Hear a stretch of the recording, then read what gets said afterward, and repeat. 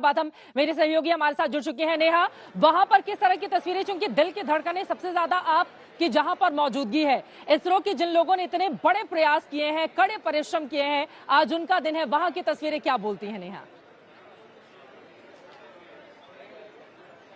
क्योंकि आप गानों के इर्द गिर्द घिरी हुई हैं चित्रा। अभी हाल ही में गाना आया था, तेरे वास्ते फलक से मैं चांद लाऊंगा। कुछ ऐसा ही आप समझ लीजिए कि इसरो वैज्ञानिकों के दिल में भी आज बसा हुआ है और बहुत वर्षों की मेहनत लगती है और सब इस बात पर ही केंद्रित रहते हैं कि कैसे इस मिशन को सक्सेसफुल बनाया जाए। सिर्फ जो आपने रिसर्च करी है उस लिहाज से नहीं, बल्कि पिछली गलतियों से कैसे सीखा है, उनको कैसे दुरुस्त किया है, वो तमाम बातें इस मिशन में ध्यान रखी गई हैं। और तिरंगा लहराने की जहां तक बात है वो तो होगा ही, इसके साथ ही जो राष्ट्रीय चिन्ह है, नेशनल एम्बलम है, वो एक तरीके से इस लैंडर मॉड्यूल जो कि विक्रम है उसमें एक तकनीक के माध्यम से चांद पर इंप्रेशन बनाएगा। ये आज जब आप तस्वीरें देखेंगे तो हो सकता है कि पूरा का पूरा देश जिस वक्त ये हो रहा हो उनके सभी के रोंगटे खड़े हो जाएंगे, क्योंकि अभी तो सिर्फ शुरुआत ही हुई है। अभी आगे ऐसे बहुत सारे मिशंस इंडिया को इसरो की तरफ से, क्योंकि 1969 में इसरो को एस्टैब्लिश किया गया था और तब से लेकर अब तक कई सारे सफल मिशंस ये देख चुका है, जिसका सतीश धवन हिस्सा रह चुके हैं, जिसका हमारे पूर्व राष्ट्रपति अब्दुल कलाम हिस्सा रह चुके हैं। ये सब बातें इन लोगों ने अपनी किताबों में कही हैं, कैसे ये स्पेस रिसर्च मिशंस इन लोगों के जिंदगी से, इनके दिल से जुड़े हुए होते हैं। ये कोई आम मिशन नहीं होता है। इस मिशन के दौरान आप अपने घर परिवार, अपने रिश्तेदार, सबसे कोसों मीलों दूर सिर्फ घंटों तक इसी रिसर्च को सफल बनाने के लिए लगे रहते हैं और आपका मन बार बार यही कहता है कि हम होंगे कामयाब, क्योंकि आज दिन भर यही सुर, यही बातें और यही शब्द हमें भी सुनाई दे रहे हैं। इसलिए इसरो वैज्ञानिकों के लिए तो आप समझ ही सकती हैं कि कितना बड़ा और कितना ऐतिहासिक दिन होने वाला है, जब 5:44 पर हम देखेंगे कि तब से लेकर 6:04 तक जो लाइव स्ट्रीमिंग होगी, उस दौरान जो हमने चंद्रयान 2 के दौरान भी देखा था, तभी भी लाइव स्ट्रीमिंग की गई थी, और वही वो दौर होगा जो सबसे महत्वपूर्ण होगा। यही वो अहम 17 मिनट है जिसकी बात लगातार वैज्ञानिक करते आ रहे हैं और ये भी कहते आ रहे हैं कि कैसे ये सबसे डेंजर 17 मिनट है। लेकिन हम तो इसे डेंजर नहीं मानेंगे, हम कहेंगे कि सब कुछ ठीक ठाक है। हम हिंदुस्तानियों का भरोसा हमेशा यही कहता है कि सब कुछ ठीक होने वाला है, सब कुछ अच्छा होने वाला है। सकारात्मक सोच के साथ, एक पॉजिटिव एनर्जी के साथ यहाँ हर कोई मीडिया कर्मी हो या फिर यहाँ पर सीआईएसएफ की भी तैनाती है, वो सारे जवान भी यहाँ पर लाइव स्ट्रीमिंग देखने के लिए मौजूद हैं और चाहते हैं कि हर कोई इस ऐतिहासिक पल का, इस गौरव का हिस्सा बने।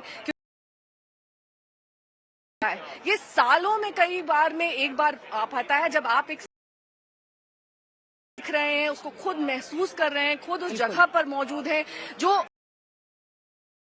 सेंटर है जहां पर ट्रैकिंग की जाती है, जहां पर सबसे पहले इमेजेस आती हैं। ट्विटर हैंडल के जरिए भी कही है, उन्होंने कहा है कि जो लैंडर मॉड्यूल है, इस तरह से वो लैंड करने वाला है चांद की सतह पर, वो 6:04 और हो सकता है उसके बाद भी ये लाइव स्ट्रीमिंग जारी रहेगी, क्योंकि लम्हा कोई भी मौका मिस करे तो इसीलिए मीडिया की मौजूदगी स्क्रीन पर होंगी और हम और आप उस ऐतिहासिक पल के गवाह बनेंगे। और आज तक के जरिए पूरा मुल्क इस वक्त उस भावना को महसूस कर रहा है जो इस वक्त नेहा आप बेंगलुरु में मौजूद हैं। इसरो जिसकी स्थापना विक्रम साराभाई की ओर से की गई थी, और इसरो की स्थापना के साथ ही जरा सोचिए, उन तस्वीरों को एक बार अपनी आंखों के सामने से तैरते हुए देखिए, जब साइकिल पर हिंदुस्तान कहां पर खड़ा था उस वक्त, जब साइकिल पर रॉकेट के तमाम कल पुर्जे लेकर हमारे जो बड़े बड़े वैज्ञानिक थे वो एक से दूसरे जगह जा रहे थे। उस भावना को आप महसूस कीजिए जब बैलगाड़ी का सहारा लेकर रॉकेट को हम एक से दूसरे जगह पहुंचाते थे। इसरो ने कितनी बड़ी दूरी तय की है। चंद्रयान 1 हमारा सफल रहा, चंद्रयान 2 900 करोड़ की ज्यादा से लागत का रहा, लेकिन वो फेल रहा, लेकिन उसने भी हमें बहुत कुछ सिखाया। चंद्रयान 3 615 करोड़ की लागत का, और आज उम्मीद यही है कि चंद्रयान 3 की कामयाबी हर हिंदुस्तानी को गर्व से भर देने का मौका दे, और इसके साथ ही दुनिया का पहला मुल्क ऐसा बन जाए हिंदुस्तान जो साउथ पोल पर उतरा हो। उसको लेकर तैयारियां जोरदार हैं चारों तरफ। इस वक्त आपको बता दें, शुभकामनाओं का संदेश दिया जा रहा है, दिल थामकर सभी बैठे हुए हैं, क्योंकि कुछ देर का और इंतजार, और उसके बाद 6:04 जैसे ही होंगे, उम्मीद यही कि सफलतापूर्वक लैंडिंग हो और जोरदार तालियां समूचे हिंदुस्तान के एक साथ एक सुर में सुनाई दे। भारत माता की जय और वंदे मातरम। तो लगातार आप देखिए ही पा रहे हैं। नेहा के पास हम चलेंगे, लेकिन अब चूंकि ढोल वाले रुकने का नाम नहीं ले रहे, एक बार इनकी भावनाओं को ढोल के थाप के जरिए समझते हैं, उसके बाद लेकर चलेंगे फिर से बैंगलोर आपको।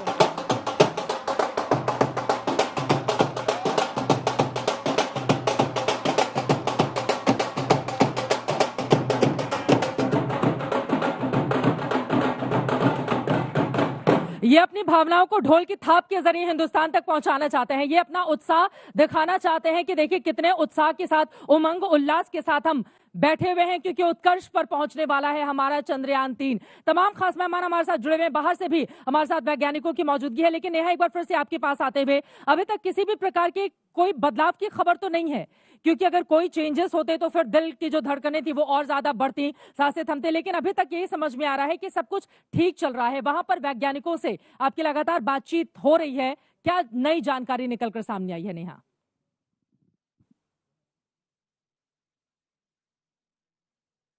चलिए नेहा के पास हम दोबारा चलेंगे। बेंगलुरु में तैयारियां यहां पर पूरी हो चुकी हैं, लेकिन हिंदुस्तान पूरा दिल थामे हुए इंतजार कर रहा है उस खास क्षण का, पल का, लम्हे का, जब 6:04 पर लैंडिंग हो जाएगी और उसको लेकर तैयारियां जोरों पर। एक बार फिर से रुक कर लेते हैं, अंजना ओम कश्यप मेरी सहयोगी जुड़ी हुई है। अंजना, यहाँ का माहौल तो आपने देख लिया है, कैसा उत्साह है यहाँ पर हर एक देशवासी में, लेकिन आप जहां पर मौजूद हैं वहां पर वैज्ञानिक हैं, वैज्ञानिकों की जुबानी समझते हैं इसरो और आज चंद्रयान 3 की कहानी। अंजना, विज्ञान की कामयाबी इतनी सुरीली हो सकती है, ये आज हिंदुस्तान साक्षी बन रहा है।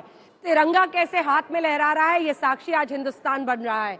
1 घंटे 11 मिनट काउंटडाउन शुरू हो चुका है, जब सॉफ्ट लैंडिंग चंद्रयान मिशन की होने वाली है, लैंडर विक्रम की होने वाली है, और फिर रोवर के निकलने की, जो रोबोटिक रोवर उसके अंदर है, वो रैंप बनेगा, एक दरवाजा उस लैंडर का, और फिर प्रज्ञान जो रोवर है वो चांद की सतह पर निकलेगा।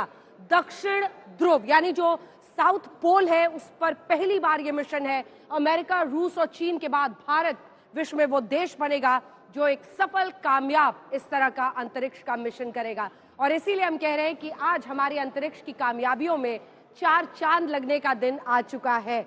हमारे साथ तमाम वैज्ञानिक यहाँ पर मौजूद हैं।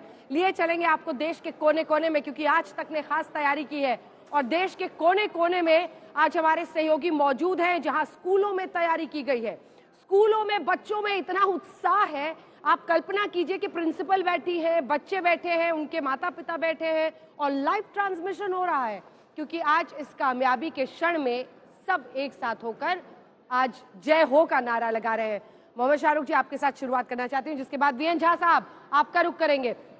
वो आखिरी के 17 मिनट वैज्ञानिकों के लिए टेरर के हो सकते हैं, देशवासियों के लिए उम्मीद और होप से भरे हुए हैं, लेकिन रिस्क फैक्टर्स क्या है, कैसे आखिरी लम्हे में कोई ऑब्स्टिकल आने पर लैंडर विक्रम अपने आप को आगे की तैयारी करेगा या उस रिस्क का सामना करेगा, वो बताएं। हाँ, मैं बताना चाहूँगा कि ये जो पूरा ये कुछ मिनट, लगभग 20 मिनट से कम वक्त का जो वक्त है जिसमें हम लैंडर को सरफेस पे सॉफ्ट लैंडिंग कराने की कोशिश करेंगे, उसको हमने 8 चरणों में, 8 फेसेस में तोड़ रखा है। हाँ। हर एक फेसेस का एक अपना अलग अलग पैरामीटर्स हैं, जिसमें अलग अलग तरह के सेंसर्स को हम यूज करते हुए एक एक स्टेप को क्रॉस करेंगे, और उस हर एक स्टेप में हमारी सारी इंफॉर्मेशन इसरो के मॉड्यूल सेंटर, कमांड सेंटर तक पहुंचेगी, और उसके बाद हम उसके नेक्स्ट फेज को कैरी ऑन करेंगे।